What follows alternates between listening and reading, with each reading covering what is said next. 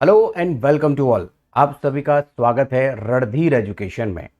जैसा कि आप सब जानते हैं कि हम यहाँ पर स्टैटिक जीके का एक सीरीज चला रहे हैं और इस स्टैटिक जीके में आज हमारा जो टॉपिक है उसका नाम है इंटरनेशनल ऑर्गेनाइजेशन, जिसका सब टॉपिक है एशिया यूरोप बैठक यानी एशिया यूरोप मीटिंग, जिसे कई बार शॉर्ट में एसएम कहा जाता है। इसके बारे में कंप्लीट चर्चा करेंगे कि यह काम क्या करता है और इसकी स्थापना कब हुई थी, सब कुछ जानेंगे।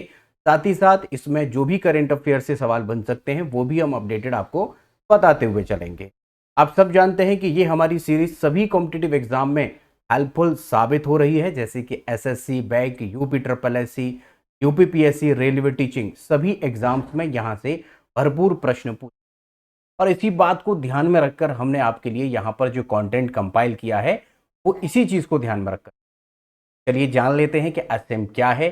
सबसे पहली बात यहाँ पर क्या है, इसे हम बोलते हैं एशिया यूरोप मीटिंग। और कई बार जब प्रश्न पूछ लिया जाता है तो बहुत से लोग कंफ्यूज हो जाते हैं कि ये क्या है।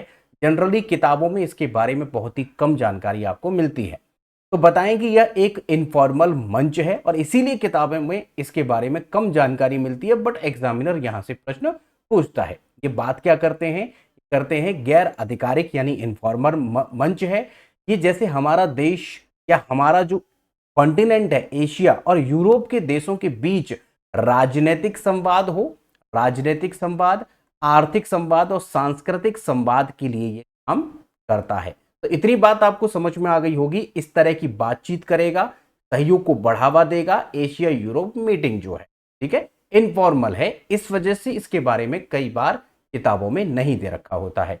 अब देखिए कि भाई इसकी स्थापना कब होती है, तो इसकी स्थापना 1996 में यानी 1996 में बैंकॉक थाईलैंड में इसकी स्थापना होती है।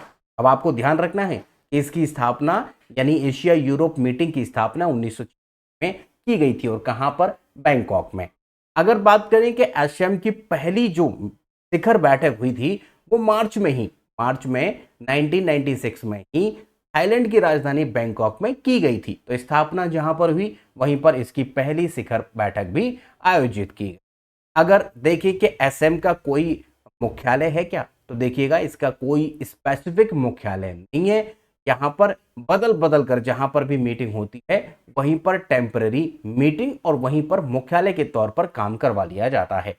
तो इतनी बात तो आपको समझ में आ चुकी है। हम ये आपको बता चुके हैं कि इसकी स्थापना कब होती है। अब इसके ऑब्जेक्टिव्स यानी उद्देश्यों की बात करते हैं कि एसएम का उद्देश्य क्या है। देखिएगा, एशिया और यूरोप के देशों के बीच विश्वास और समझ को बढ़ाना इसका उद्देश्य है। और जितने भी मल्टीलैटरल इश्यूज होते हैं यानी बहुपक्षीय मुद्दे होते हैं उन सब पर बातचीत करना। जलवायु परिवर्तन जो क्लाइमेट चेंज हो रहा है, और जो टेररिज्म है, आतंकवाद है और सस्टेनेबल डेवलपमेंट जैसे सतत विकास जैसे वैश्विक विषयों पर चर्चा करना है, सहयोग करना है।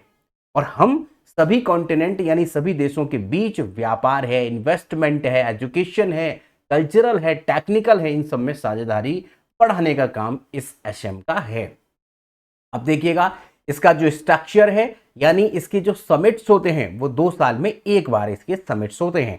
यहां पर मिनिस्ट्रियल मीटिंग्स की बात करें तो विदेश और शिक्षा आदि के मंत्रियों की बैठक यहां पर की जाती है।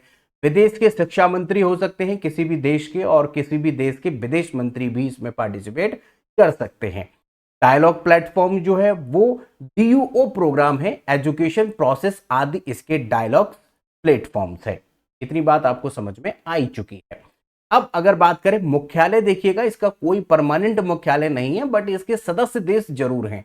फिलहाल इसमें 53 सदस्य हैं टोटल। अगर आज तक की बात करें, देखिए कभी भी चेंज होगा तो हम करंट अफेयर की क्लास में आपको अपडेट कर ही देंगे, लेकिन यहां पर हम बात कर रहे हैं आज तक की। तो यहां पर याद रखेंगे इसमें टोटल जो मेंबर हैं वो 53 हैं। 51 देश हैं और 2 यहां पर ऑर्गेनाइजेशन है, उनको भी काउंट कर लिया जाता है। तो 51 + 2 यानी 53 हो जाता है। आपको मेंबर 53 ही बताने हैं, जिसमें से 51 देश हैं और 2 ऑर्गेनाइजेशन हैं। बात याद रखेंगे, जैसे एशिया में भारत, चीन, जापान, इंडोनेशिया इत्यादि।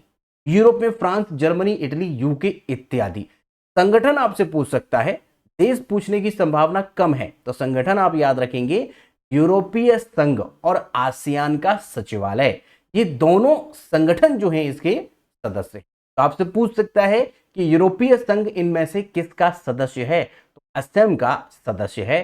टोटल 53 है और 2 इसमें संगठन हैं, 51 इसमें देश हैं। तो मुझे लगता है ये जो आपको स्लाइड हम दिखा रहे हैं ये इंपोर्टेंट स्लाइड है, यहां से प्रश्न बनने की ज्यादा संभावना है। भारत और असम को लेकर के बात करते हैं। भारत कब सदस्य बना है? तो 2007 में भारत इसका मेंबर बना। भारत इस मंच का उपयोग करता है जैसे जलवायु के लिए, आतंकवाद को कम करने के लिए, कनेक्टिविटी के लिए और नीति संवाद जैसे मुद्दों पर वार्तालाप के लिए इसका उपयोग करता है, इसके साथ यहां पर पार्टिसिपेट करता है। ठीक है भाई, तो यहां पर इतने पॉइंट आपको समझ में आ गए हैं।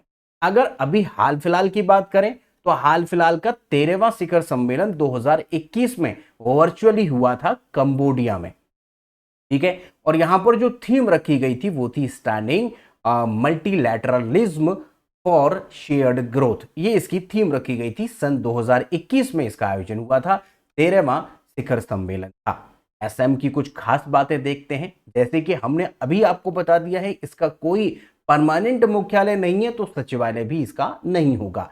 यहाँ पर सिर्फ और सिर्फ संवाद होता है, वार्तालाप होता है और कोई भी ऐसा बाध्यकारी फैसला नहीं दिया जाता कि आपको मानना ही पड़ेगा, जैसा कि यूएन में होता है। पीपल टू पीपल कॉन्टैक्ट को बढ़ावा देने के लिए एशिया यूरोप सहयोग को स्मार्ट मंच प्रदान करने के लिए इसके लिए इसकी स्थापना की गई है। ये हमने खास बातें देख ली। इसका हालिया सम्मेलन जो है वो भी देख लिया है। तो जो भी कॉम्पिटिटिव एग्जाम में यहां से प्रश्न बनने की संभावना है वो हमने सब कवर कर लिया है।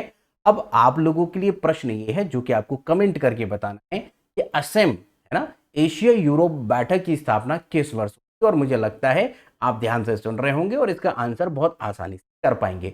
आपका ये आंसर हमें मोटिवेशन देगा, साथ ही साथ आपको ये क्वेश्चन भी याद करा देगा। ऑप्शन आपके सामने है, जो भी आपको आंसर लगता है कमेंट करके जरूर बताएं। अगर आपका कोई डाउट है, कोई आपका प्रश्न है, कोई सुझाव है तो आप हमें कमेंट कर सकते हैं, आपके कमेंट का जवाब जरूर दें। अगर आप इस चैनल पर पहली बार आए हैं या अब तक चैनल को सब्सक्राइब ही नहीं किया है तो सब्सक्राइब कर लो, बेल आइकन को प्रेस कर लो और अगर लेक्चर पसंद आया हो तो इसे लाइक कर देना, अपने दोस्तों को जरूर शेयर कर देना। इससे हमारी ये हेल्प हो पाएगी कि हम डिविजन हमें मिलेगा और साथ ही साथ और लोगों के पास में भी इसकी रीच पहुंचे। साथ ही साथ हमारा टेलीग्राम चैनल भी आपको दिख रहा है, इसे भी आप ज्वाइन कर सकते हैं। हालांकि हमने इसका लिंक जो है वो डिस्क्रिप्शन में दे ही दिया है। आप फेसबुक इंस्टाग्राम पर जुड़ सकते हैं। इस लेक्चर में यहाँ तक बने रहने के लिए, सीखने के लिए आपका बहुत बहुत धन्यवाद। मिलते हैं किसी अन्य इंफॉर्मेटिव लेक्चर। तब तक अपना ध्यान रखिए।